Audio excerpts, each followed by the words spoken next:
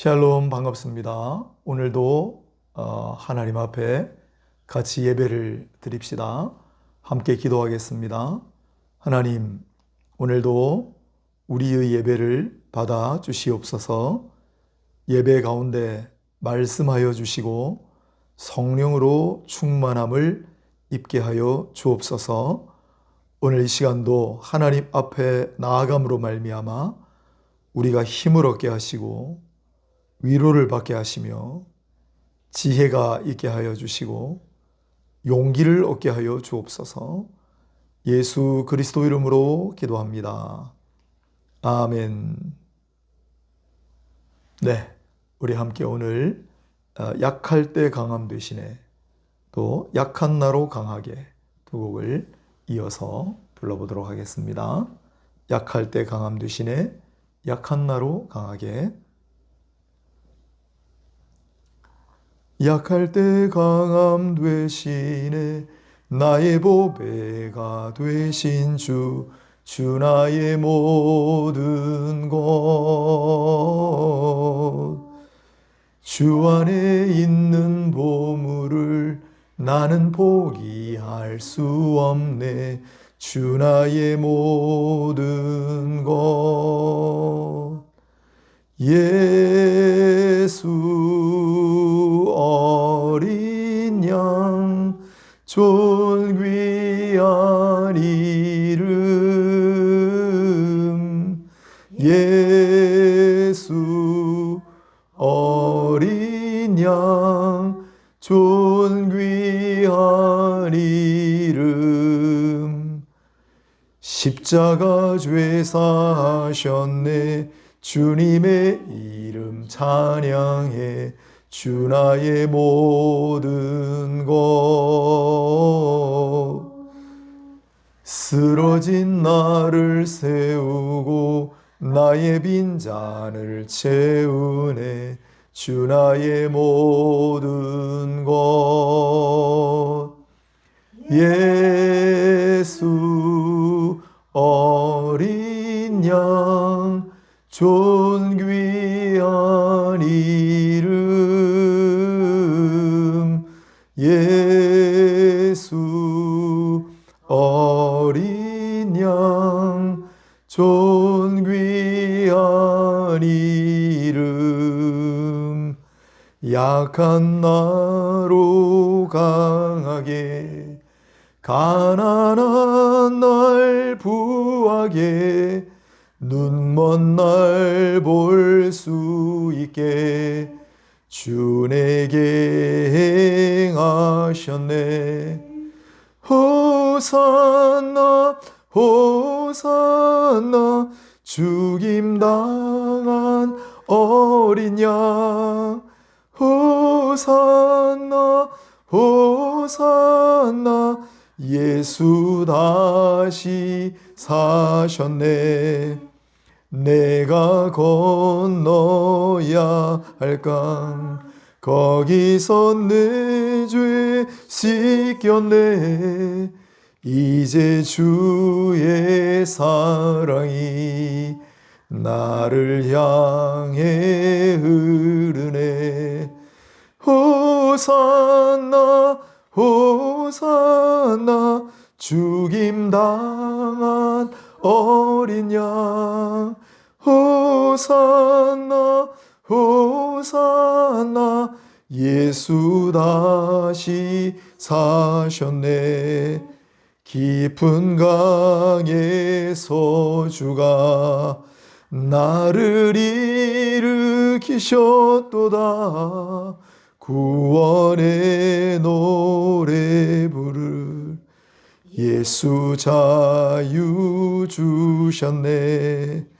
호산나 호산나 죽임당한 어린 양.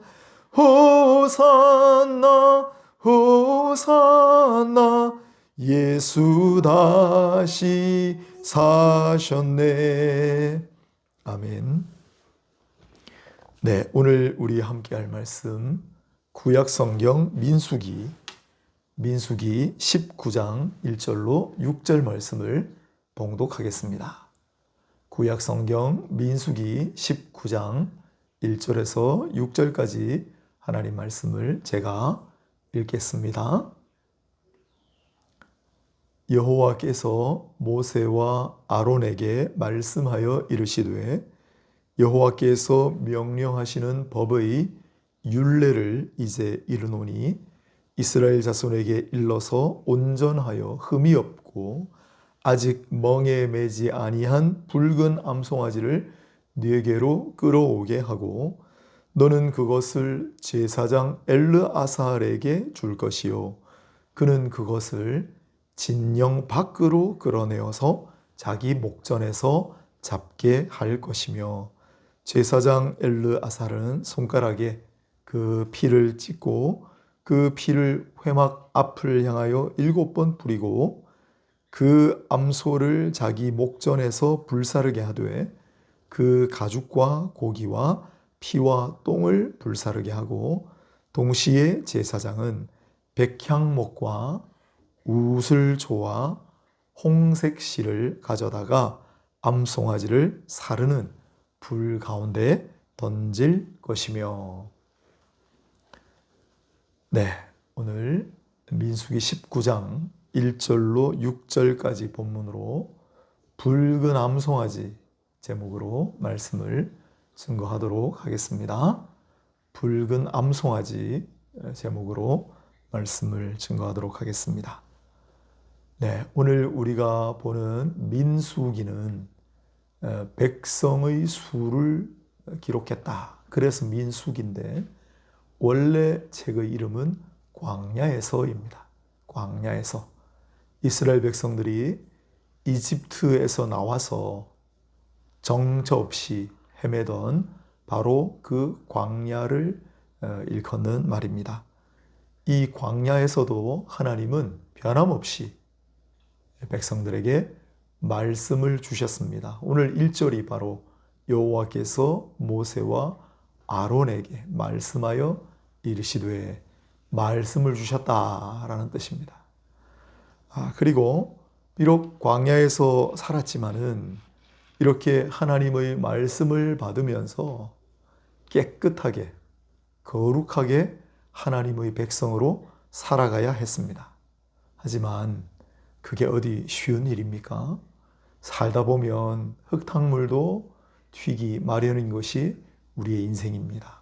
더더군다나 광야에서 살아가던 백성들이니 깨끗하게 거룩하게 살아가기가 쉽지는 않았을 겁니다. 그런데 그 광야에서 특히 심각했던 문제가 하나 있었습니다. 그게 뭐냐면 장래 문제였어요.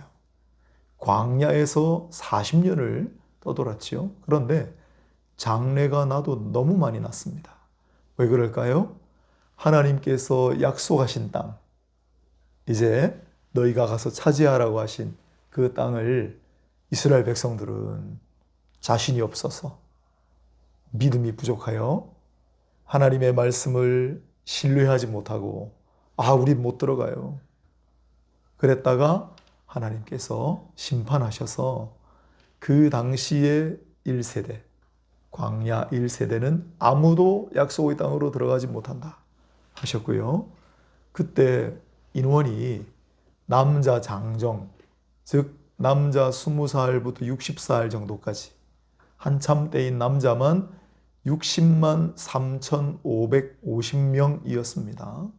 그런데 그 중에 딱 두 사람, 여호수아와 갈렙만, 그 두 사람만 하나님 우리가 그 땅으로 들어갈게요, 들어갈 줄로 믿습니다 했던 두 사람만 제외하고 60만 3,550명이니까 548명은 다 죽었어요. 광야에서. 그런데 그 광야 1세대 남자 장정만 죽은 게 아니고 그 당시에 있던 다른 노인들, 여성들도 있었잖아요. 다 죽었습니다. 그래서 학자들은 이 40년 세월 동안 이스라엘 백성들이 광야에서 얼마나 죽었을까? 120만 명에서 150만 명 가량이 죽었을 거라 추산합니다. 그러면 40년으로 나누면요, 하루에 보통 80명에서 100명이 죽은 거예요. 그러니까 광야에서는 일상이 장래예요. 예. 옆에 있는 분 돌아가시고, 저쪽에 있는 분 돌아가시고, 우리 친척 돌아가시고, 친구 죽고. 그래서 장래가 너무 많이 났어요. 그런데 조금 이따 읽겠지만 이 시신을 만지는 건 부정한 거였어요. 그게 문제죠. 그게 문제죠. 보통 더러워지는, 부정한 물체를 만지거나 해서 더러워지는 그런 경우에 깨끗하게 하는 절차가 있었어요. 그걸 정결법이라고 부릅니다. 정결법. 그게 레위기 11장부터 16장까지 일반적인 정결법이 있는데, 광야에서는 장래가 너무 많이 나가지고 이 문제를 해결해야 되기 때문에 특별한 법을 하나 더 주셨어요. 그게 바로 민수기 오늘 19장의 붉은 암송아지의 법입니다. 붉은 암송아지의 법. 예, 오늘 본문 보면은 먼저 깨끗한 송아지를 데려오게 했어요. 깨끗한 송아지를 데려오게 해서 이 깨끗한 송아지는 온전하고 흠이 없고 아직 멍에를 매지 않은 붉은 암송아지여야 했습니다. 온전하다는 말은 사지 다 멀쩡해야 된다. 흠이 없다는 거는 어디 상처나 이런 게 있으면, 병에 걸리면 안 돼요.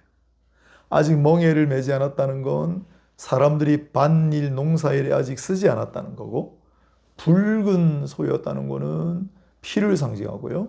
암송아지여야 하는 거는 수소보다는 암소가 훨씬 더 쓸모가 많고 더 비싸요. 그래서 가장 쓸모가 많고 가장 가치가 높은 암송아지를 사용하게 한 거예요. 그래, 이 암송아지를 데려오게 하고, 그리고 제사장이 오늘 본문에 읽었습니다. 진영 밖으로 끌고 가서 잡아서 그 피를 하나님의 성막 앞에 뿌리고, 그 다음에 이 붉은 암송아지를 전부 다 불살랐어요. 남김없이. 다른 제사는 소를 제물로 드릴 때 보통은 가죽은 남습니다. 똥은 갖다 버리고. 그런데 이 경우는 고기, 가죽, 털, 심지어 똥까지도 전부 다 불살랐어요. 완전한 헌신이에요. 아, 그래서 모든 걸 다 불살릴 때 그 불 속에 또 세 가지를 넣게 했어요. 같이 태운 거죠. 하나는 백향목, 가장 단단하고 가장 값비싼 백향목을 넣고, 그 다음에 가장 약하고 가장 그냥 들에 피는 우슬초, 깨끗한 우슬초를 넣고, 그 다음에 홍색실, 이것도 피를 상징하죠. 이 세 가지를 함께 넣어서 다 태운 다음에 그 재를 보관했다가, 다음에 시신을 만져서 더러워진 사람이 나타나면 이 재를 흐르는 물에다가 다 가지고 그걸 그 사람에게 뿌려요. 그러면 깨끗하다. 이렇게 되어서 다시 회복이 되어 일상으로 복귀할 수 있게 만드는 절차, 그게 바로 붉은 암송아지의 법이었습니다. 민수기에 나오는. 그런데 이 비슷한 암송아지가 한 군데 더 등장해요. 오늘 본문 아닌데 신명기입니다. 신명기 21장에 암송아지가 등장해요. 붉은 암송아지라고는 안 써놨는데 앞뒤를 이렇게 보면 거기도 붉은 암송아지일 것 같아요. 신명기 바로 앞에 20장이 무슨 내용이냐면 전쟁법이라고 그래요. 보통 전쟁법, 전쟁 중에 포로가 발생했을 때 이런 걸 규정해 나왔는데, 제가 보고 깜짝 놀라지 않았습니까? 여러분 아마 제네바 포로 협약이라는 건 들어보셨을 거예요. 포로, 전쟁 중에 포로를 대우하는 포로에 관한 국제법이 있어요. 그 제네바 협약이 언제 생긴 줄 아세요? 1864년에 생겼다고요. 얼마 전이에요. 그 전까지 우리 인류가 전쟁법 이런 게 별로 없었어요. 그런데 지금부터 3500년 전에 하나님께서 제정하신 이 법에 전쟁법이 있어요, 세상에. 깜짝 놀랍니다. 그런데 그 전쟁법 바로 다음에 21장 암송아지가 등장하는 거예요. 왜요? 여러분 가나안 땅 약속의 땅으로 들어갔을 때 그때 발생할 일들이 신명기 21장 1절을 제가 읽어보겠습니다. 네 하나님 여호와께서 네게 주어 차지하게 하신 땅에서 피살된 시체가 들에 엎드러진 것을 발견하고 그 쳐 죽인 자가 누구인지 알지 못하거든.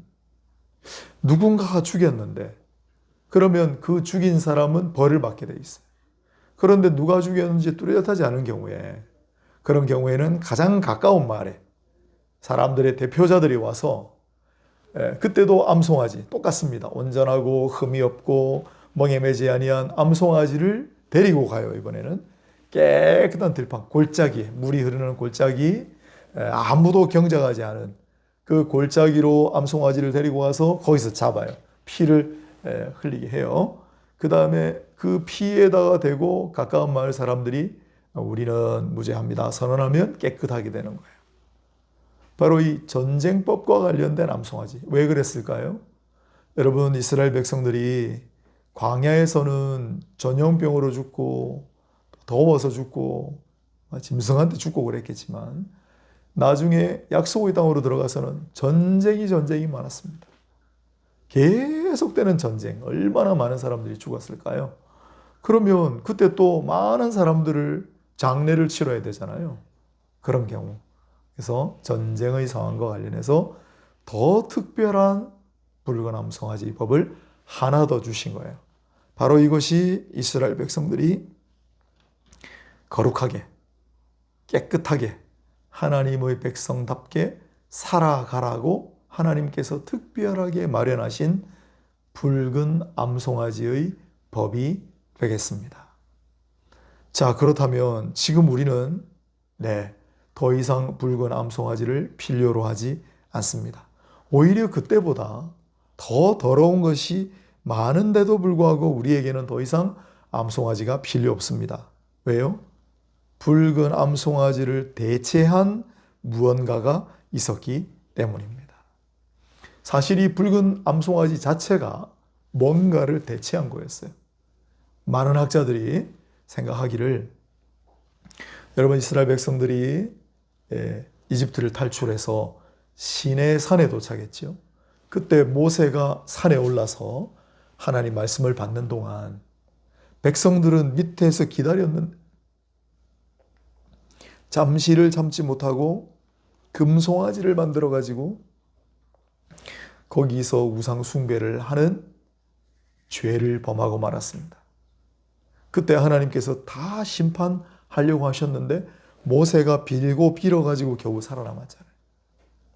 바로 그 금송아지를 대체하는 게 이 붉은 암송아지라고 학자들이 생각을 해요.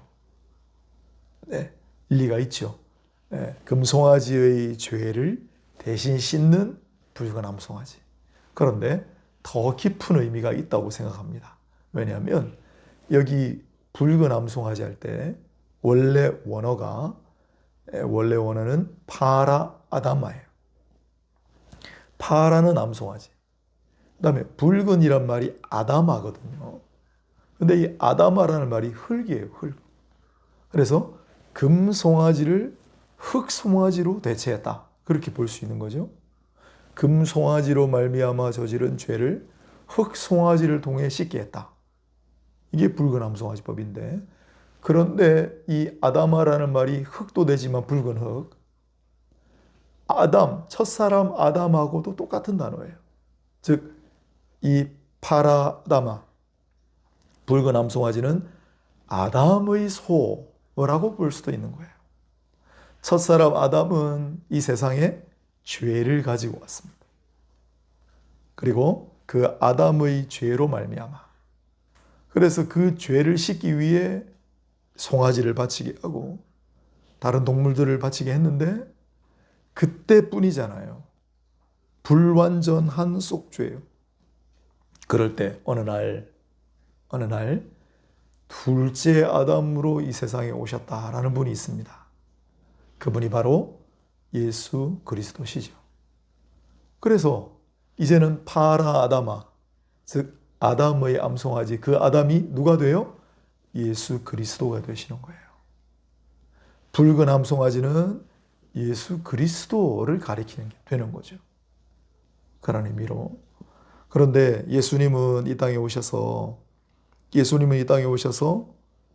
이 암송아지를 대체하셨는데 정말 전혀 다른, 상상조차 하지 못했던 충격적인 절차를 몸소 보여주셨습니다. 자신이 직접 피를 흘리고 또한 자신의 몸을 완전히 내어주는 그런 방식으로 말입니다.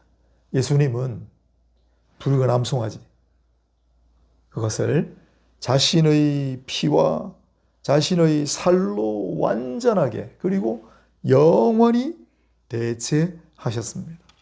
그 결과 어떻게 됐을까요? 히브리서 9장에 이렇게 되어 있습니다. 여기 암송아지가 한 번 더 나옵니다. 잘 들어보세요. 염소와 황소의 피와 및 암송아지의 죄를 부정한 자에게 뿌려. 이게 본문이잖아요. 그 육체를 정결하게 하여 거룩하게 하거든 하물며 영원하신 성령으로 말미암아 흠없는 자기를 하나님께 드린 그리스도의 피가 어찌 너희 양심을 죽은 행실에서 깨끗하게 하고 살아계신 하나님을 섬기게 하지 못하겠느냐. 아니, 암송아지의 죄로 만든 물이 사람의 더럽혀진 몸을 깨끗하게 할 수 있다면 예수 그리스도의 피는 인간의 더럽혀진 몸과 마음뿐만 아니라 우리의 양심과 우리의 영혼까지도 깨끗하게 만들 수 있다는 뜻입니다. 그렇게 이 붉은 암송아지를 예수님이 대체하셨다고 했는데, 그런데 그게 이미 오늘 본문 속에 예고가 되어 있습니다. 너무 놀랍죠? 그게 바로 오늘 3절 4절입니다. 진영 밖으로 끌어내서 잡고 라는 구절입니다. 진영은 사람들이 살고 있는 영역, 그 밖으로 라는 뜻이니까 사람들이 살고 있는 구역 밖으로 데리고 가서 잡으라. 그래서 암송아지를 잡았잖아요. 그 말은 무슨 뜻이냐? 그 안에 살고 있는 사람들의 모든 잘못과 모든 죄악과 모든 더러움을 이 붉은 암송아지가 다 짊어지고 성문 밖으로 가서 거기서 자신을 희생하여 그걸 깨끗하게 하는 그런 걸 상징하는 거예요. 그런데 신약 성경에 이거하고 똑같은 말이 예수님과 관련하여 등장합니다. 히브리서 13장 12절 그러므로 예수도 자기 피로써 백성을 거룩하게 하려고 성문 밖에서 고난을 받으셨느니라. 아멘. 예수님은 성문 밖에 나가서 돌아가셨거든요. 어떻습니까? 정말 신기하지 않습니까? 예수님은 그 성문 안에 사는 모든 이들의 죄악과 잘못과 더러움을 전부 짊어지고 성문 밖으로 가셔서 죽임을 당하셨다라는 소리입니다. 그런데 여기서 성안이란 예루살렘만을 가리키는 것이 아니라 영적인 예루살렘을 의미해요. 영적인 예루살렘은 예수 그리스도를 믿는 사람이 있는 곳입니다. 그러므로 예수를 믿는 사람이 있는 곳이라면 어디나 영적인 예루살렘이라 그 모든 사람들의 모든 죄악과 잘못과 더러움을 예수님이 다 짊어지고 나가서 죽임을 당하셨다. 그래서 그를 믿는 자의 모든 죄악과 허물을 사하시고 모든 더러움을 다시 깨끗하게 씻어주시는 그 예수 그리스도의 모습이 신약 성경에 붉은 암송아지와 관련하여 담겨 있는 것입니다. 우리가 사는 세상은 옛날보다 보기에는 더 깨끗해진, 그렇죠? 요즘 청결하고 쓰레기도 잘 없고, 하지만 영적으로는 오히려 더 타락하고 더 더러워진 그러한 상황입니다. 깨끗하게 살고 싶어도 참 그러기가 어려운 시대예요.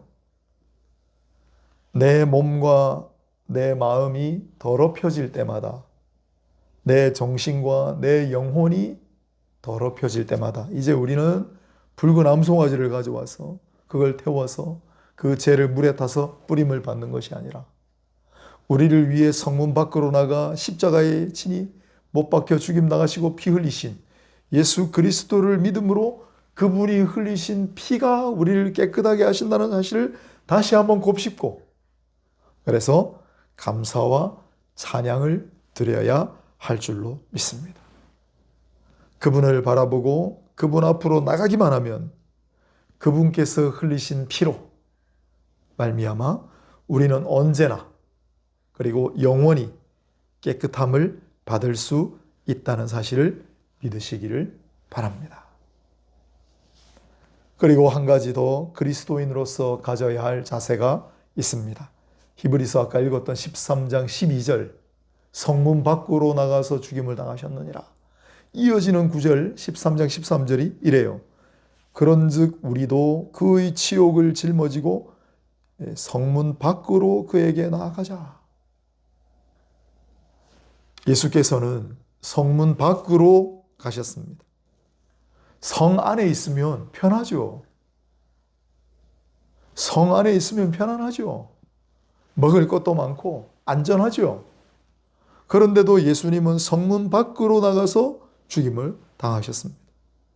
성문 안에 있는 부귀와 편안함을 다 버린 채로 성문 밖으로 나가면 광야로 나가면 불편과 희생이 있는 그곳으로 가셨다 이 말입니다.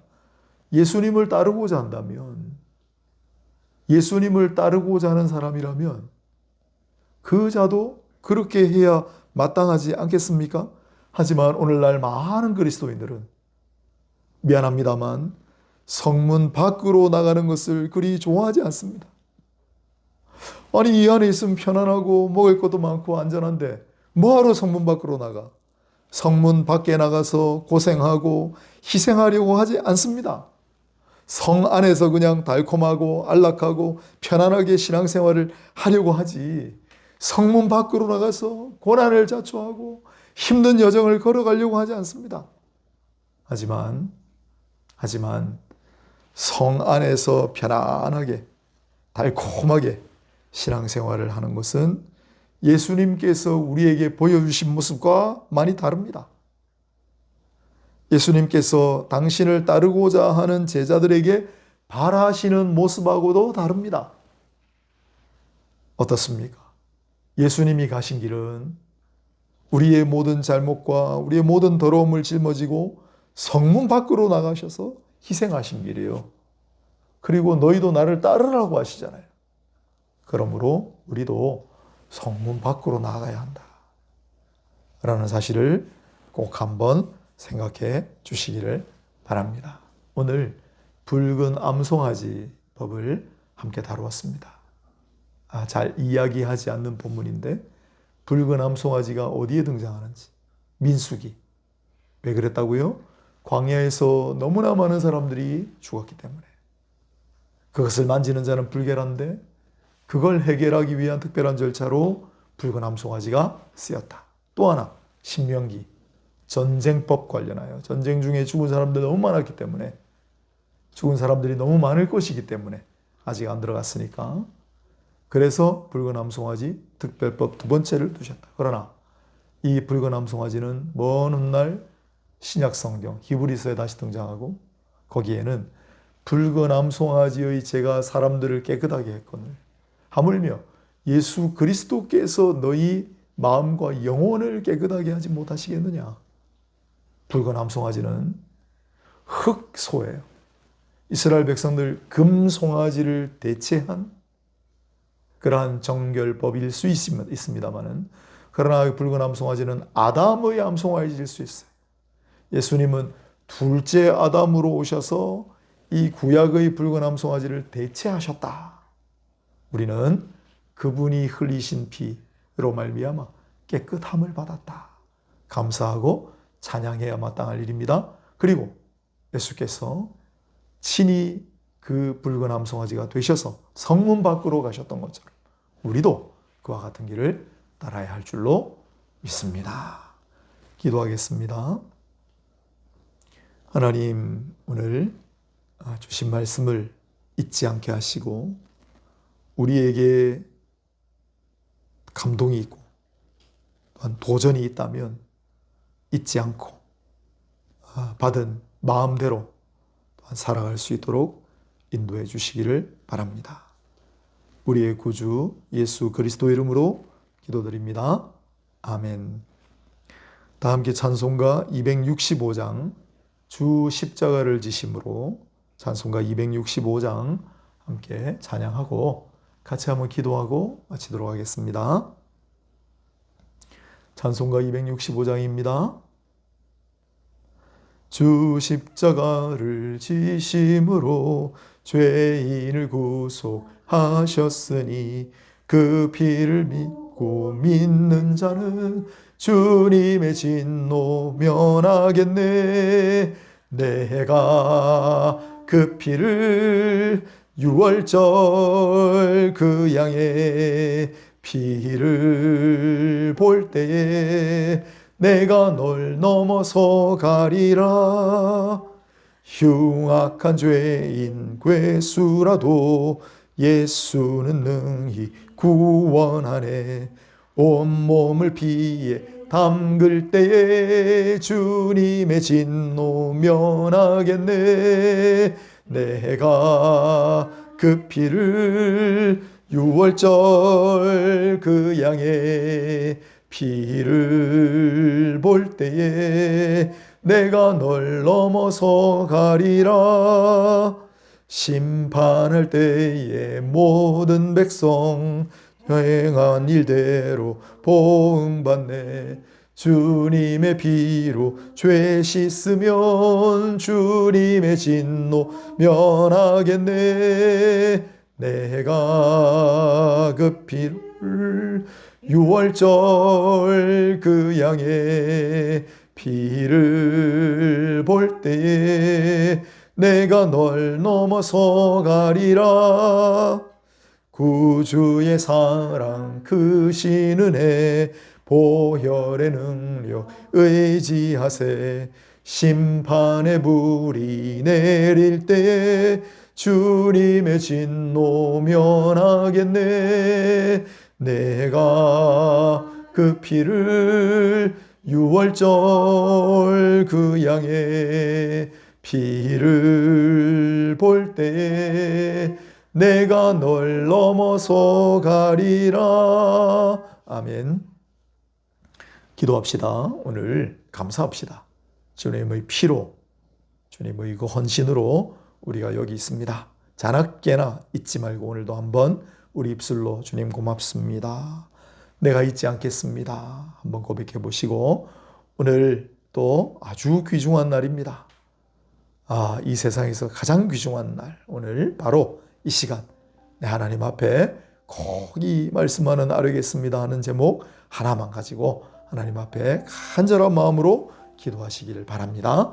또 이 세상의 평화를 위해, 많은 죽어가는 이들을 위해, 죄악과 타락과 모든 것 때문에 지금 이 시간 고통받고 또 고민하고 있는 이들을 위해 기도합시다.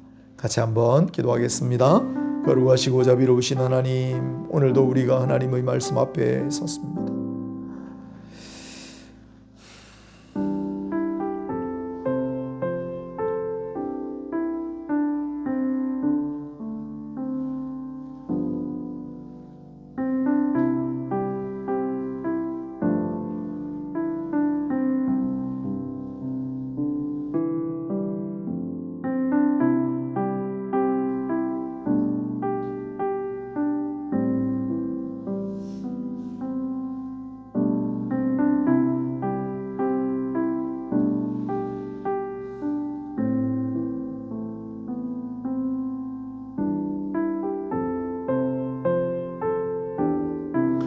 한번 기도하겠습니다. 거룩하신 하나님, 내가 거룩하니 너희도 거룩하라고 하신 하나님, 내가 너희를 거룩하게 하여 주리라고 말씀하신 하나님, 이 세상 속에 살아가지만 그래서 더럽혀지고 또 잘못이 많은 우리를 예수 그리스도의 피로 다시 정결하게 하신 줄로 믿습니다. 감사합니다.